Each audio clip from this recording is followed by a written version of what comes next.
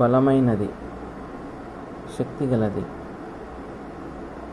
సముద్ర జలములు రాశిగా కూర్చువాడు ఆయనే, కోట్లలో కూర్చువాడు కూడా ఆయనే. యెహోవా యందు మనం ఉండాల్సింది యెహోవా యందు భయము భక్తి కలిగి ఉండవలెను. యేసయ్య యందు భయము భక్తి కలిగి జీవించాలి. ఆయన ఆరాధనకు ఆధారమై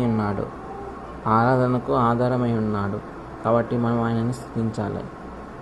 ఆయన ఆరాధనకు యోగ్యుడు, ఆయన ఆరాధనకు ఆశ్రయమై ఉన్నాడు. మనం చూసినట్లయితే మరణం నుండి తప్పించుటకును, కరువులో నుండి వారిని సజీవులనుగా కాపాడుటకును యెహోవా దృష్టి ఆయన యందు భయభక్తులు గల వారి మీద, ఆయన కృప కొరకు కనిపెట్టు వారి మీద నిలుచుచున్నది అంట. ఆయన కొరకు కనిపెట్టు వారిని దేవుడు మరణం నుండి తప్పిస్తాడు, సజీవుల నుండి కాపాడుతాడు. ఎందుకంటే ఆయన యందు భయం భక్తి కలిగి ఉన్నట్లయితే ఆయన కృప మన యందు కనిపెట్టి ఉంటుంది. ఆరాధనకు ఆశ్రయము, ఏ ప్రతిఫలం అనుభవించాలి. మనం 21-22 వచనాలు చూసినట్లయితే మనకు సహాయము, మనకు కేడమునై ఉన్నాడు. మేము నీ కొరకు కనిపెట్టుచున్నాము, నీ కృప మా మీద నిలుపుకుంటును గాక అంటున్నాడు భక్తుడు.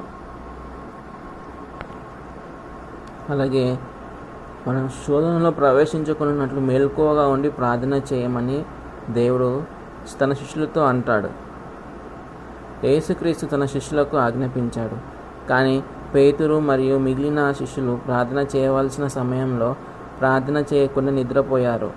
యేసుక్రీస్తే ప్రార్థన చేయమని చెప్తే వారు ఆయన మాటకు విలువనిచ్చి క్రియలలో పెట్టే ప్రయత్నము చేయలేదు.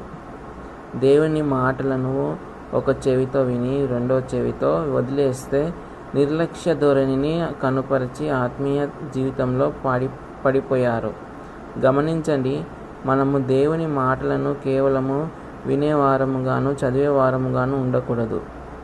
మీరు నా వలన ఏవి నేర్చుకొని అంగీకరించుతిరో, నా యందున్నట్టుగా ఏవి వింటిరో, ఏవి చూచితిరో అట్టి వాటిని చేయమని దేవుడు సెలవిచ్చాడు. ఫిలిప్పీ 4:9. దేవుని వాక్యము సెలవిస్తున్న విధముగా మనము గ్రహించిన దేవుని వాక్యమును క్రియలో పెట్టేవారముగా ఉండాలి. అప్పుడే మన ఆత్మీయ జీవితంలో పడిపోకుండా ముందుకు సాగగలము.